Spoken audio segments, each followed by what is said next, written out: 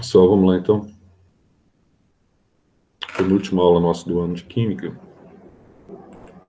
A gente vai poder trabalhar aí com algumas reações que a gente chama de reações de eliminação, tendo em vista que nós já aprendemos algumas, né? Reações, por exemplo, que eliminam água, etc. Tal. Nós vimos a reação de halogenação, né? A gente chama de hidrogenação. Nós vimos aí a saída de hidrogênios de um composto, e a partir da saída de um hidrogênio ou de hidrogênios, né, de um composto, você pode ter então a formação de uma dupla ligação. Nós vimos também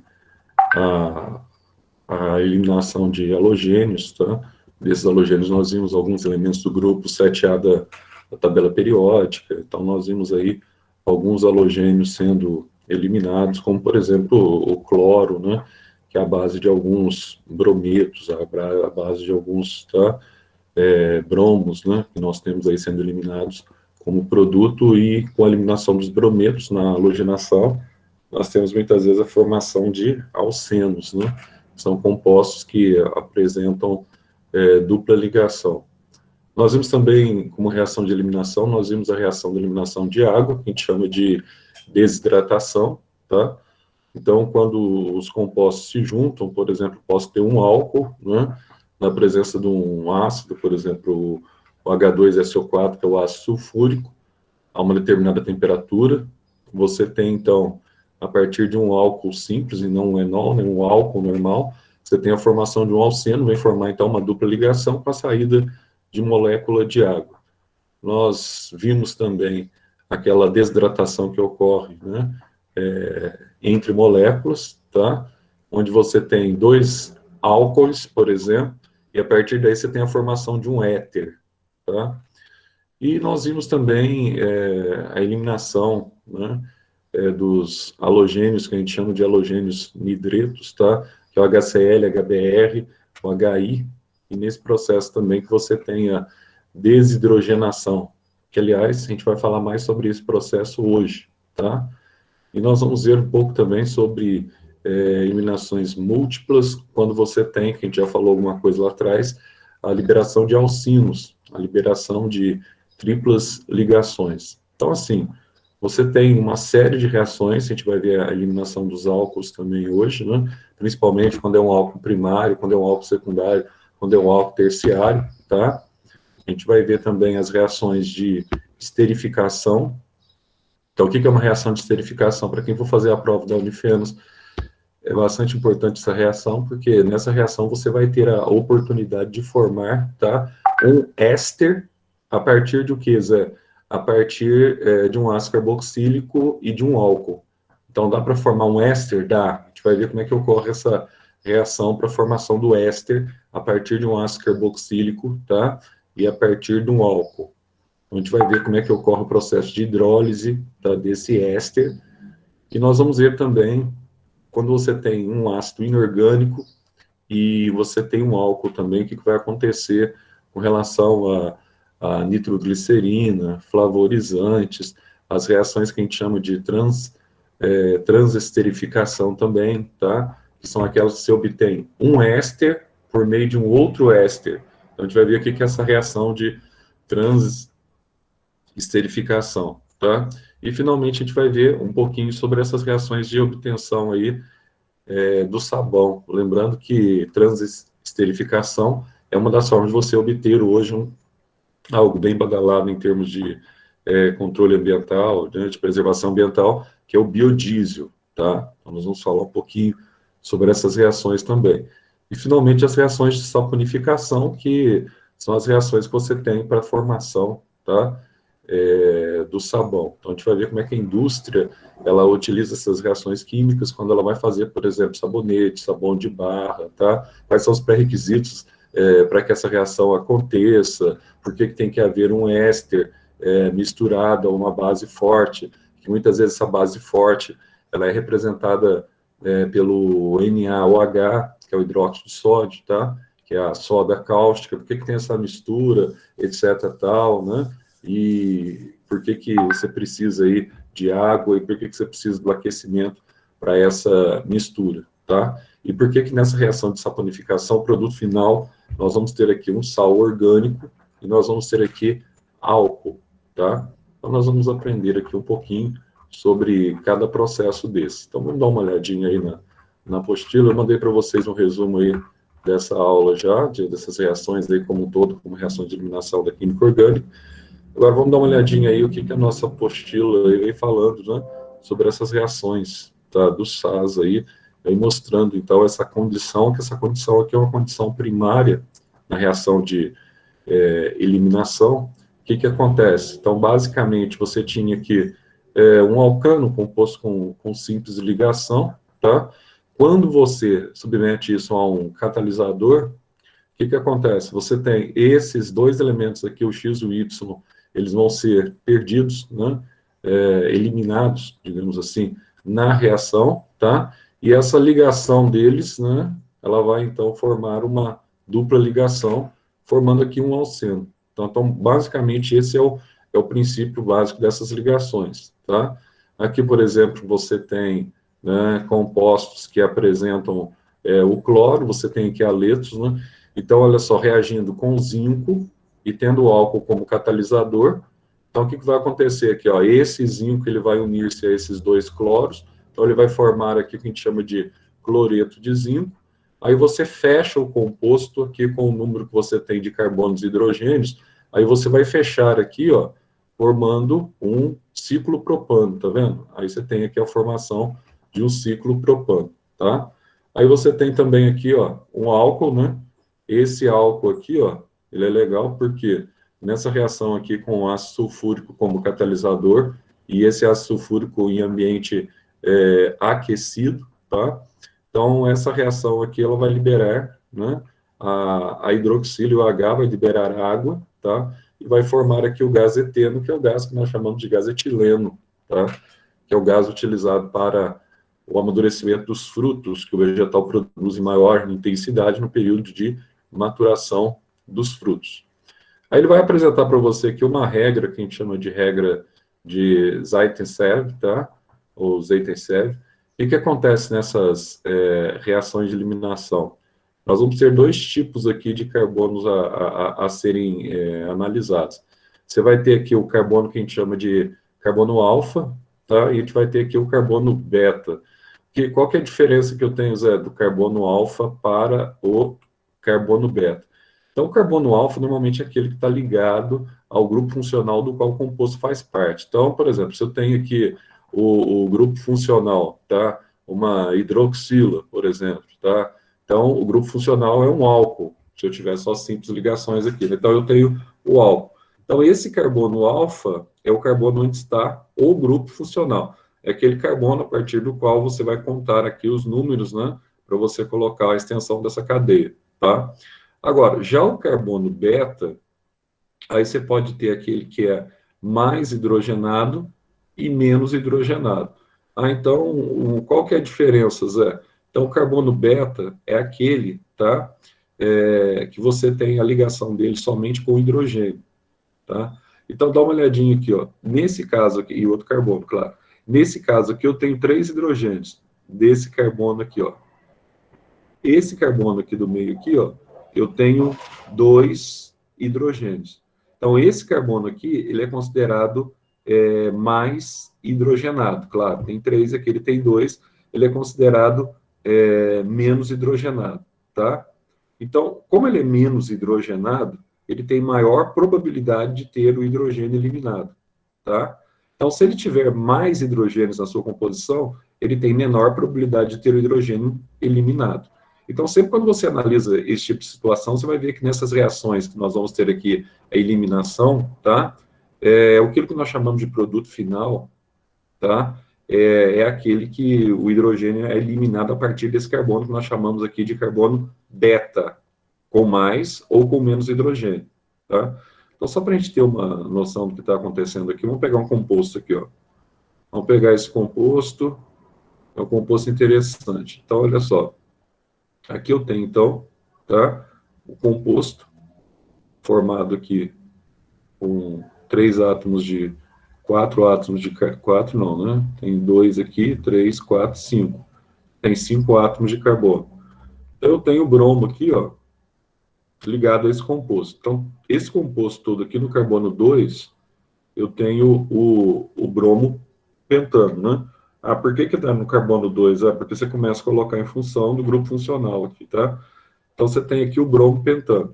Bom, se eu pegar esse composto, esse mesmo composto aqui, ele pode sofrer diferentes reações. Por exemplo, se eu pegar dois compostos, tá? Se eu pegar o bromo pentano, o que vai acontecer com ele?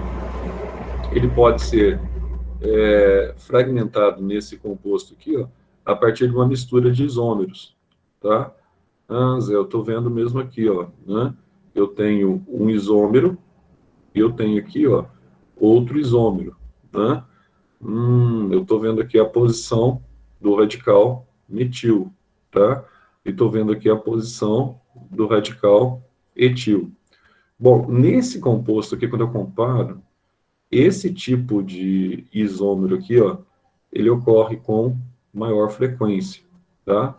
41% você vai ter esse tipo de isômero aqui. Agora, já esse tipo de isômero aqui, ó, ele ocorre com menor frequência. Ah, Zé, mas é quando eu estou comparando esses dois isômeros aí, o que está acontecendo, Zé? Geralmente, é aquilo que nós vimos lá na isomeria. Geralmente, esse isômero, que a gente chama de isômero trans, tá? Ele ocorre com maior frequência, ó, tá? Do que o isômero cis. Tá vendo aqui, ó? Então, aqui eu tenho o isômero trans e aqui eu tenho o isômero cis. Ah, então o trans, ele é mais estável, né?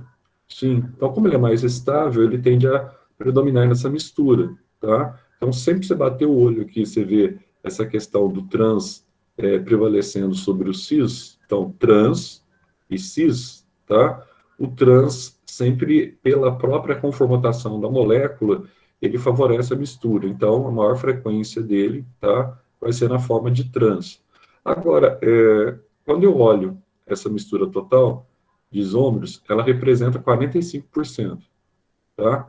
Ah, mas nesses dois, nessa fragmentação que houve, quando eu libero aqui os dois, eu estou liberando aqui, ó, o bromo dessa reação? Sim, eu estou liberando o bromo, que está na forma de quem? De ácido que? Bromídrico. Então, o bromo está saindo e está ocorrendo aqui a separação desse composto aqui em dois compostos menores, tá?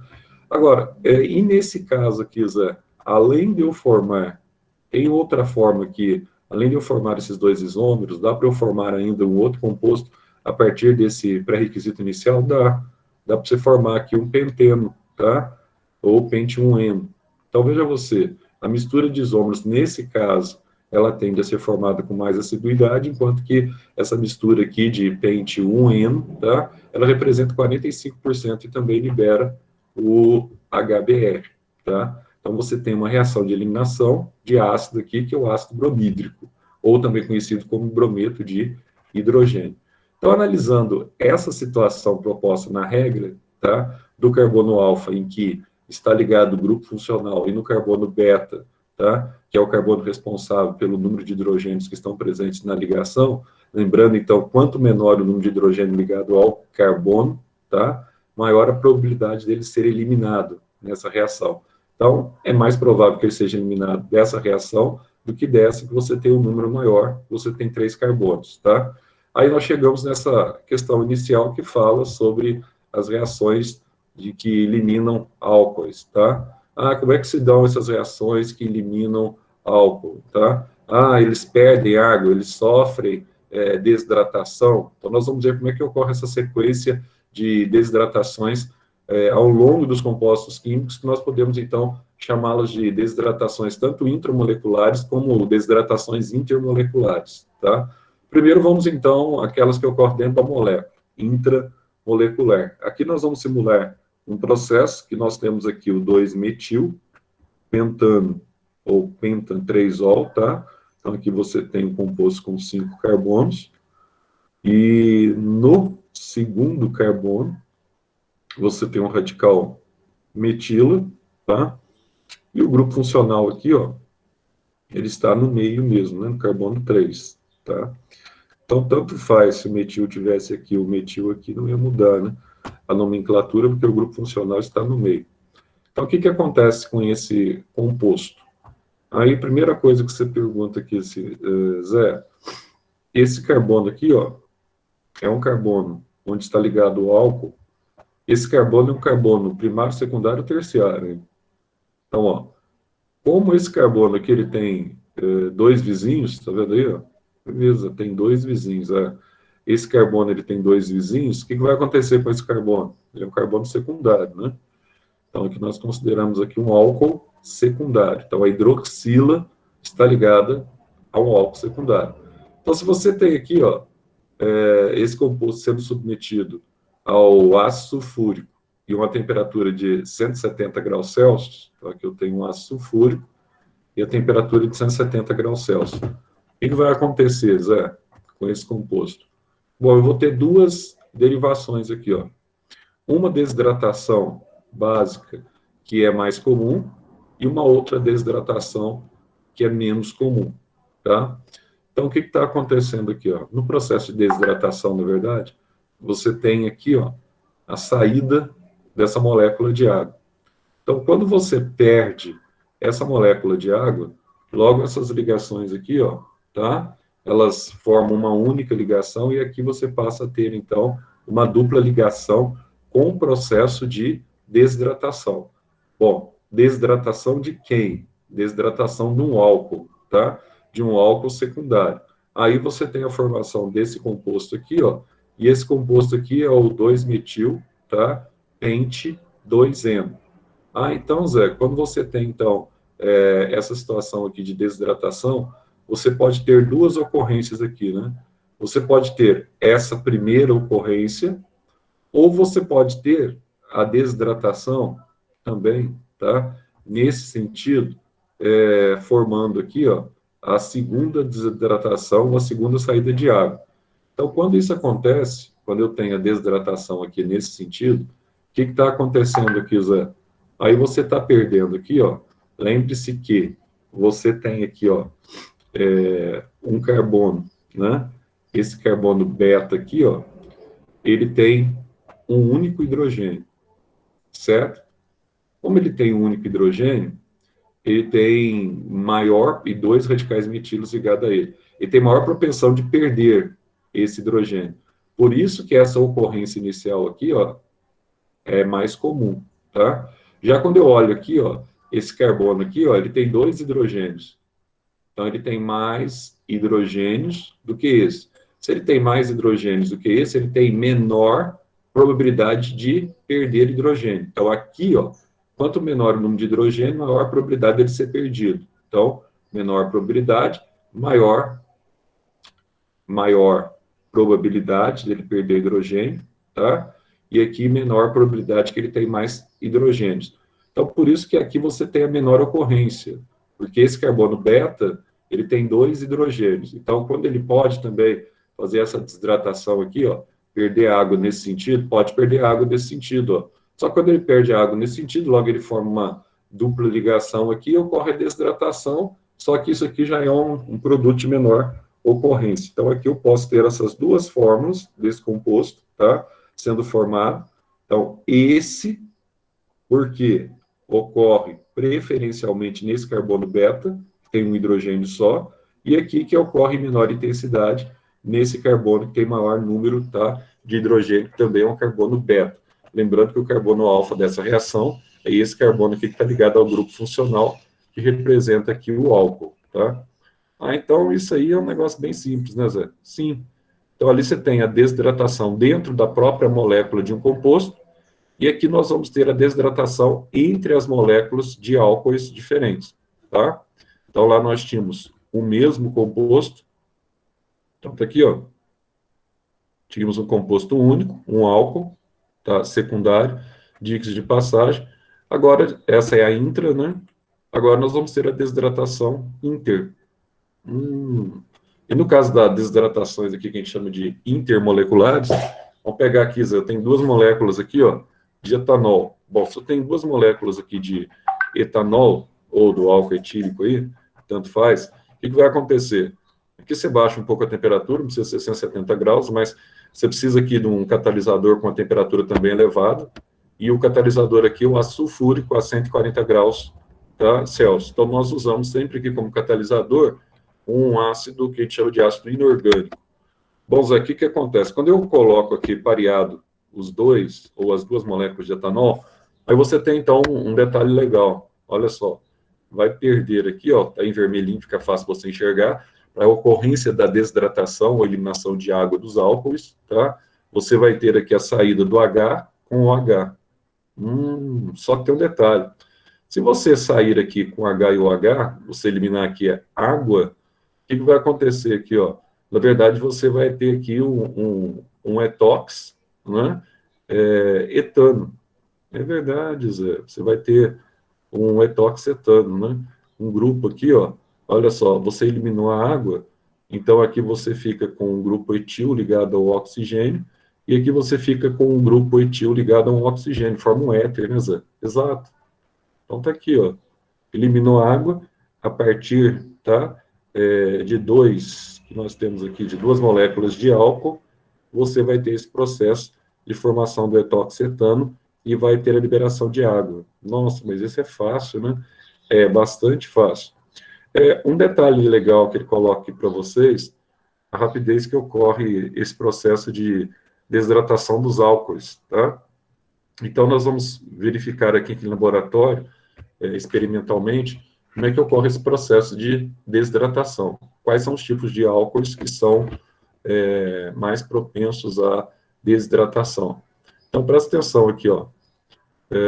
A facilidade da desidratação, ela aumenta na medida que você tem. Se você tem um álcool primário, por exemplo, quando a hidroxila, o OH, é ligado a um carbono primário, é mais fácil a ocorrência da desidratação, da saída da molécula de água, tá?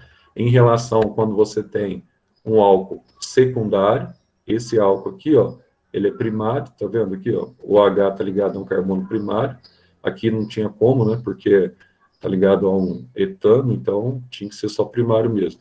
Mas se você tivesse aqui um álcool secundário, tá, a hidroxila ligada a um carbono secundário, você tem, então, uma facilidade intermediária, e se for, então, um álcool terciário, mas está ligado a um álcool, ao carbono terciário, você vai ter uma facilidade menor da saída, tá, da água, desse composto, do processo de desidratação, tá? Então, aqui você tem também outras eliminações aqui, que a gente chama de eliminação em derivados do grupo 7A, que são os halogênios, que obedecem aquela regrinha lá do carbono alfa, tá? E que também reconhece não só a regrinha do carbono alfa, mas reconhece também a regrinha que nós vimos para o alfa e para o beta. Então, aqui você tem um cloretano na presença de hidróxido de potássio, tá? Então, você tem uma base forte aqui, e esse hidróxido de potássio eu tenho agora como elemento catalisador o álcool. O que vai acontecer aqui, Zé? Olha só, aqui acontece uma reação bem espontânea. Então, o cloro aqui, ó, ele vai ser eliminado na presença do álcool e vai unir-se ao potássio. Então, você forma uma ligação aqui, ó, um sal, tá, que é o cloreto de potássio, ou que nós chamamos aqui de KCl, tá? E aqui, ó, esse H, olha só, ele vai unir-se à hidroxila. Então o H, ele une-se à hidroxila e vai liberar, então, o que aqui, Zé? Vai liberar água, tá? Então, na verdade, é esse H aqui, né, que vai liberar água. Por quê? Entre carbonos aqui, ó, esse carbono que é mais difícil você tirar hidrogênio, esse aqui que tem menor número de hidrogênio, é mais fácil ele sair. Então, nessa reação aqui, você tem, na presença de álcool, você vai ter a formação a partir do cloretano, você vai ter a liberação do eteno, a liberação do cloreto de potássio e da água, tá? E dos ácidos? Bom, desses ácidos aqui é legal, né? Porque aqui, por exemplo, eu tenho dois ácidos carboxílicos. Eu tenho dois vinagres, vamos chamar assim, que são conhecidos como ácidos acéticos ou também conhecidos como ácido etanóico. O que acontece aqui com relação a esses dois vinagres aqui, Zé? Bom, eles vão sofrer o processo de desidratação também, tá? Então, quando eu tenho dois ácidos etanóicos aqui, eu vou perder um H e um H aqui, ó, vai sair água de cá, né, Zé? Vai. Mas olha só aqui quem que vai formar aqui, ó. Vai formar um anidrido acético, tá vendo? Olha o composto aqui, ó, o anidrido. Saiu a água, eles se fundem. E essa reação está acontecendo também por aquecimento de um ácido inorgânico, que é o ácido sulfúrico, tá? Para formar esse anidrido acético. Nossa, Zé, então aqui você tem uma desidratação entre duas moléculas, né? É uma eliminação de água entre ácidos, né? Exatamente, intermolecular, tá? E eu poderia ter também uma desidratação aqui de um ácido, que ele é formado lá na bioquímica, no ciclo de Krebs, na reação 19 do ciclo de Krebs na matriz mitocondrial, esse ácido que a gente chama de ácido succínico, ou succinato, tá? Esse ácido, diga-se de passagem, ele é o responsável pela produção energética do ciclo de Krebs. Então, quando nós falamos assim, na respiração celular, são produzidos 2 ATPs na glicólise, 2 ATPs no ciclo de Krebs e 34 na cadeia respiratória, os 2 ATPs produzidos no ciclo de Krebs é responsável pela reação desse ácido aqui, ó, ácido succínico, pela presença desse ácido, tá? Que vai, então, produzir 2 ATPs ao longo de todo aquele ciclo dos ácidos tricarboxílicos. Entre esses ácidos tricarboxílicos, nós temos, então, esse succinato, o ácido succínico. Então, veja só, quem é o ácido succínico? O ácido succínico nada mais é do que esse composto que você está vendo aqui, com 4 carbonos, tá? E ele tem 2 radicais de ácido carboxílico. Ah, Zé. Então, Zé, ele seria o butano dioico. Podia ser assim? É um ácido butano dioico, tá? O que acontece quando eu aqueço esse álcool? Quando eu aqueço esse álcool, ele vai sofrer um processo de desidratação. Tá aí, ó. Vai sair a água, tá? Vai sair a água, ele vai formar um composto fechado aqui, ó, tá? Um composto fechado que a gente chama de anidrido etanodioico, tá? Ou também conhecido como anidrido succínico. Portanto, esse processo de eliminação, ele não ocorre só em álcoois, ele ocorre também nos derivados halogenados do grupo 7A, como, por exemplo, tá? O cloro, e vai acontecer também aqui, ó, entre os ácidos orgânicos, na presença de ácido inorgânico como catalisador, mas entre ácidos orgânicos, no caso aqui, esses ácidos orgânicos aqui, tá? Nós vimos o ácido etanóico e o ácido butanodioico, tá? Os dois ácidos. Isso aqui, Zé, bom, isso aqui cai na prova da Unifenas desse ano, tá? Então, se você for fazer a prova da Unifenas desse ano, como treineiro, tá? Se é que for ter essa prova de fato, né? É que está esquisito, vamos esperar para ver, dia 12, mas que daqui, hoje são 13, um mês, basicamente, né?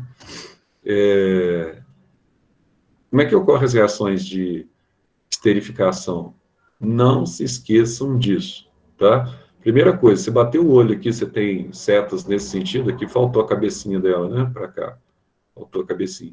Você tem setas nesse sentido opostos aqui, ó, quer dizer que é uma reação que pode ser revertida, tá? Agora, o que é uma reação? Não se esqueçam disso, porque é fácil você identificar um ácido e é fácil você identificar um álcool como função orgânica, tá?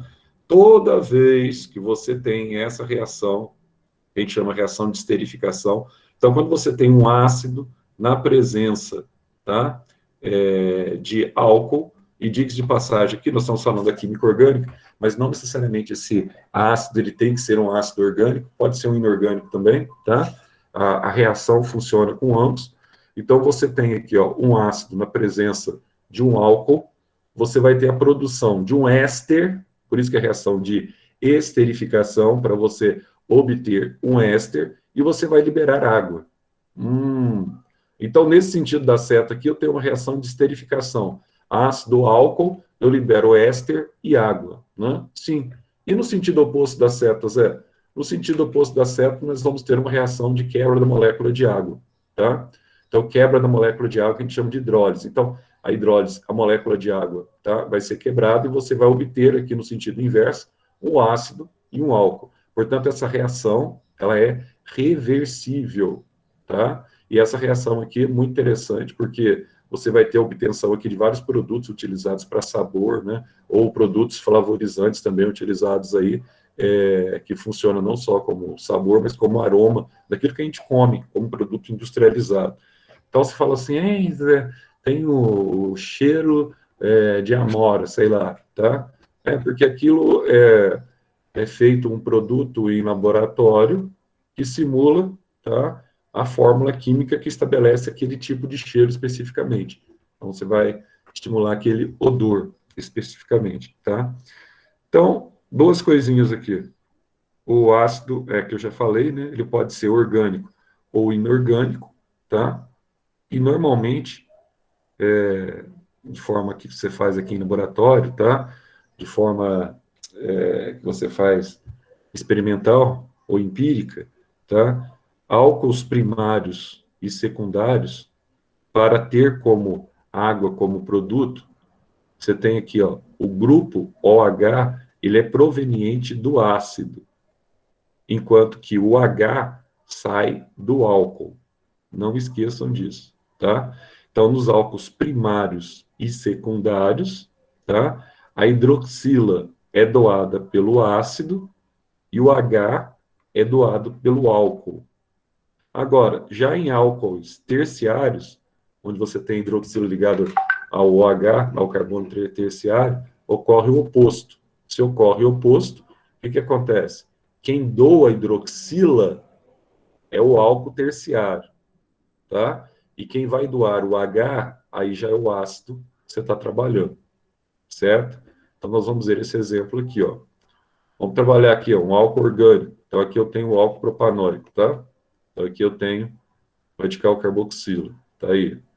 Então, esse radical carboxilo está diante do etanol. Está aqui o etanol, ácido etílico, ou etanol. Então, ó, aqui você tem um álcool primário, porque esse carbono aqui é o carbono primário. A hidroxila está ligada a um carbono primário. Então, aqui, olha, você vai ter um detalhe legal interessante. Olha só. A água sai de onde? A hidroxila sai do ácido carboxílico e o H, porque está ligado a um carbono primário, vai sair, então, tá, do etanol. Então, aí você vai ter a formação do éster, né? Você vai ter a formação aqui do propanoato, tá? De etilo, tá aqui o propanoato de etilo, no processo de esterificação. E aqui você tem a liberação da água. Então, sempre aqui no caso primário e secundário, o que acontece? O H sai do álcool e a hidroxila sai do ácido. E aqui você tem um ácido inorgânico, tá? Então, aqui você vai ter, então, ó, quem que é o ácido inorgânico aqui? É o ácido nítrico, tá vendo aqui? Então, aqui é o HNO3. Ele só colocou aqui o OH, como nós fizemos nas aulas anteriores lá, para facilitar a sua visão aqui, tá? Você tem um nitrito ligado ao OH, que forma um ácido nítrico, na verdade. Então, como é que sai aqui, ó? Nesse caso aqui, Zé, o que está acontecendo, Zé? Olha só, eu tenho aqui, ó, nesse composto, eu tenho esse carbono aqui, ó, que é o carbono que a gente chama de carbono, tá? Secundário.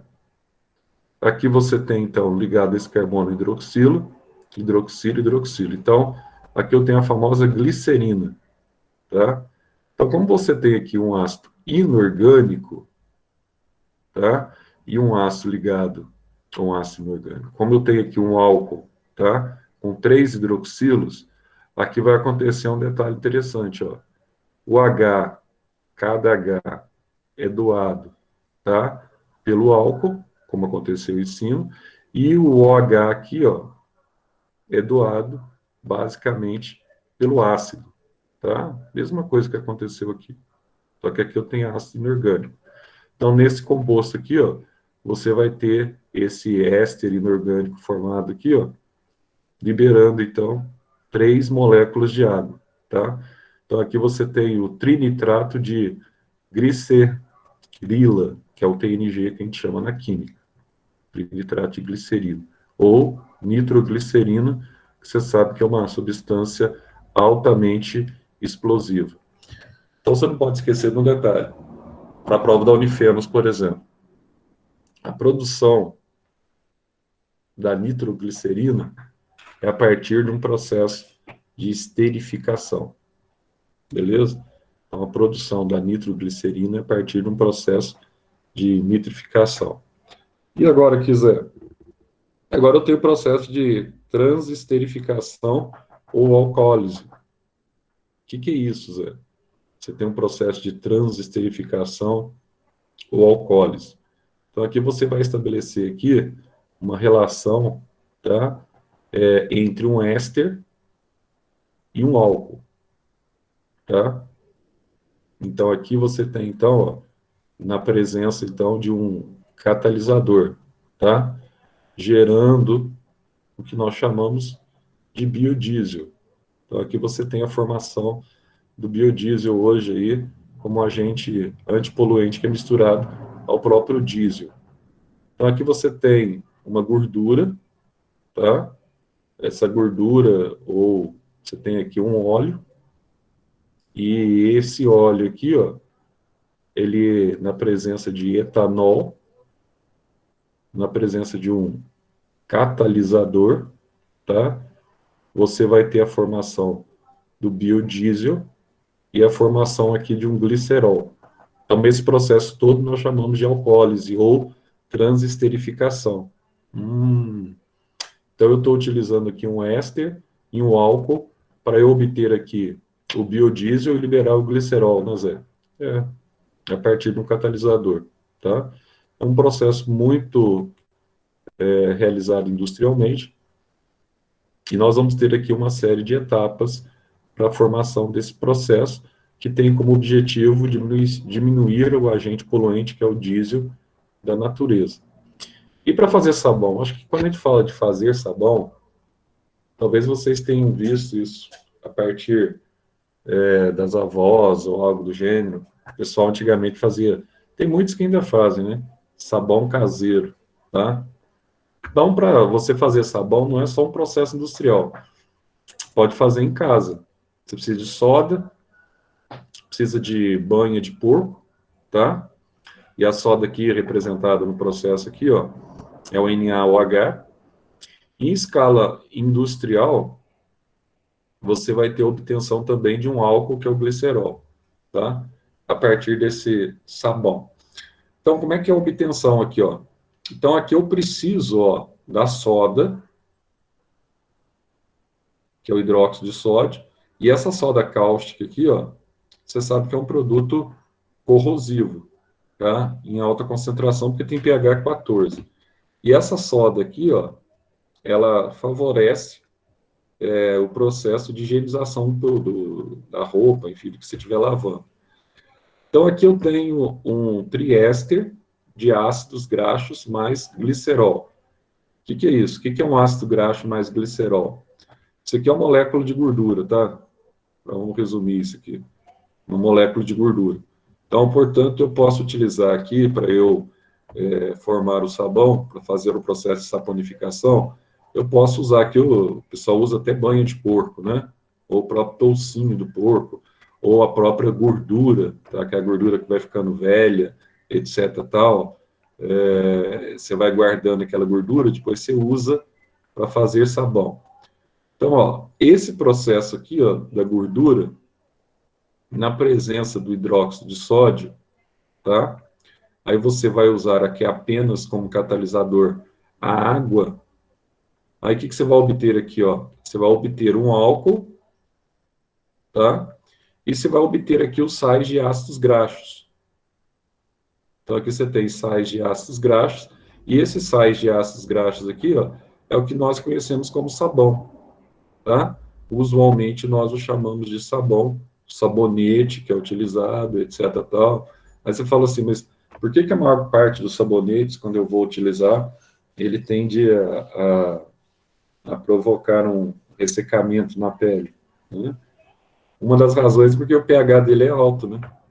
A obtenção dele, houve a necessidade aqui do hidróxido de sódio. Aí você tem aquele pessoal que discute assim, será que a pessoa precisa tomar banho todo dia? É bom ou é ruim? Né? Ou se a pessoa toma banho todo dia, porque aqui no Brasil, país latino, normalmente a gente tem, óbvio, né? questão do banho diário. Você vai para a Europa, por exemplo, o pessoal toma banho uma vez por semana, né? Por isso que os perfumes são famosos. Então, assim, se pegar uma francesa, francês, então, se puder pular até uma semana, eles pulam. É hábito cultural, tá? Mas ainda tem aqui no Brasil quem defende, é uma ala aqui, que defende que você não deve usar sabão sempre para tomar banho, né? Porque esse processo aqui de contato da pele com sais, com ácidos aqui, sais de ácidos graxos, ele... Você só toma no sábado, né, Zé? Eu não, se eu puder, eu tomo até 2, 3 vezes por dia. E ainda tem um problema, meu caro Dari. Meu problema é o seguinte, minha pele é oleosa, cara, eu não consigo. Outra coisa que eu não consigo por causa da oleosidade da pele, não consigo negócio de barba, velho. Não consigo de jeito nenhum deixar. Vou deixar barba. Se bem que eu não gosto também, mas não aguento, porque de um dia para o outro, você deixa aquela barba no rosto, minha pele é oleosa, aí já fica tudo aquela coisa meio gordurosa. Nossa, eu tenho pavor daquilo. Falta de higiene. Eu já tiro tudo, raspo debaixo do braço, ao contrário disso que você devia raspar também, Vidori, debaixo do braço, que ali cria aquele fungo ali, que negócio é nojento. Então, raspar debaixo do braço, eu estou até pensando em fazer aquele negócio de laser, porque eu já não aguento mais lâmina, entendeu? Mas sei lá, laser, depois vai ficar igual a bunda de criança, né? Que é a cara de bumbum de neném, que você olha assim, não vira, né? Mas olha só, aí você vai ter aqui o mesmo processo, saponificação, tá? Você vai ter aqui uma gordura, hidróxido, aí você tem a formação do sabão aqui, ó. São sais formados a partir dos ácidos carboxílicos, tá? E a liberação da glicerina ou glicerol. Então, só para a gente terminar aqui, essa parte aqui, ó, uma coisa que a gente usa, muitas vezes você fala assim, mas ele está usando um elemento detergente. Quando a gente estuda sistema digestório, a gente vê lá a bile, a gente vê que a bile, na verdade, não é uma enzima, é um sal que tem função detergente. O que é a função detergente do sal? A função é quando você joga o detergente, tá, sobre a gordura, o que ela faz? Ela vai diminuir essa tensão da gordura e vai formar ali, ó, vai fragmentar a gordura em moléculas menores. E com essa fragmentação, você vai ter, então, tá, a facilidade da ação das lipases. Com a facilidade da ação das lipases, você tem a digestão dos lipídios. Então, isso favorece a nossa digestão. Tanto quando você está com problema na vesícula, como eu tenho, você tem cálculo, etc., na vesícula, aí você dificulta a descida da bile. Aí, quando você come alguma coisa que é mais gorda, você tem prejuízo na digestão, tá? E aqui não é diferente. Então, aqui você tem essa reação de saponificação, que pode ser representada, então, genericamente. Então, na prova da Unifenas, por exemplo, é mais isso, tá?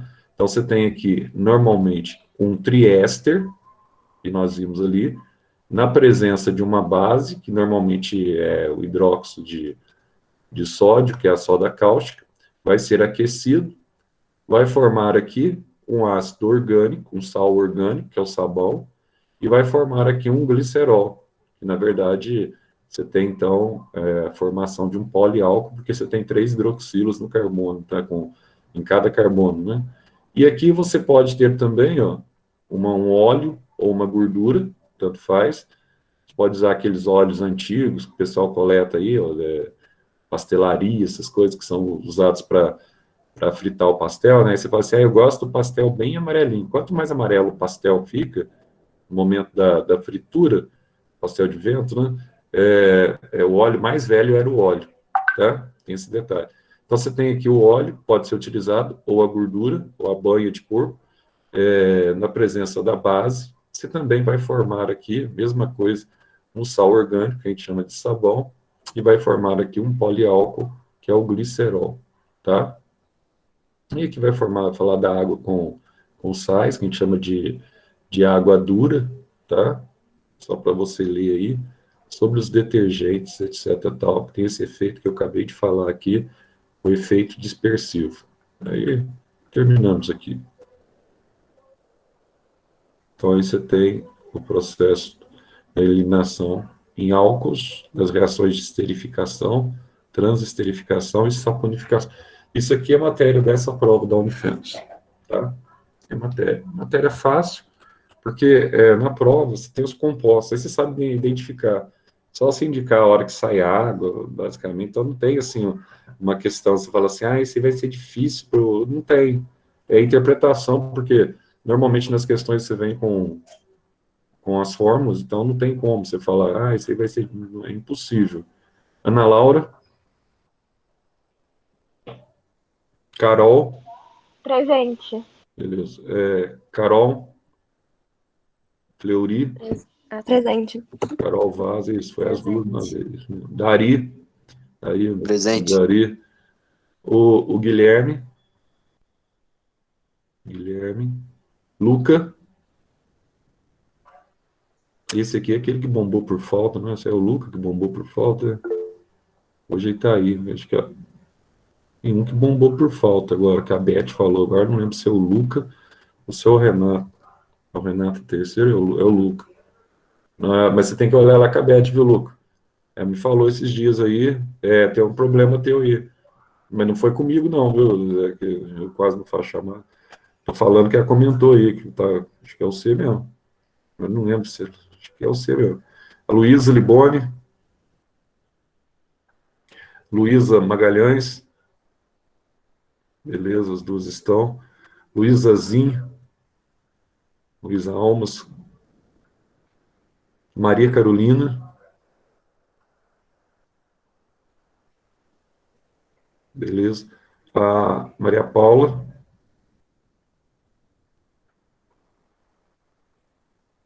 A Mariana Figueiredo.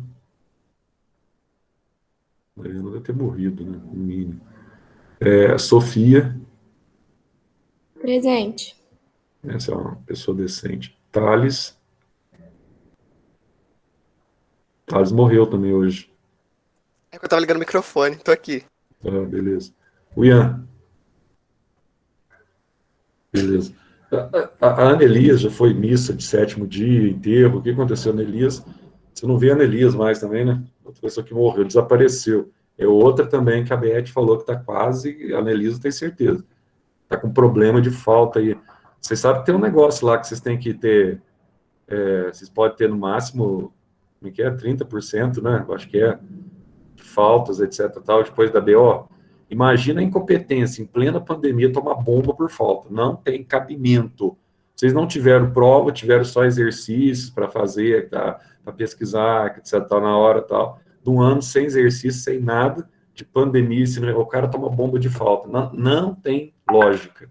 É igualzinho escola pública. Escola pública, agora, tá vendo a Renata comentando aqui, tem alunos que tem esse negócio do PET, né? Tem alunos que não entregou nada. Aí, o que o Estado agora vê a determinação do Estado?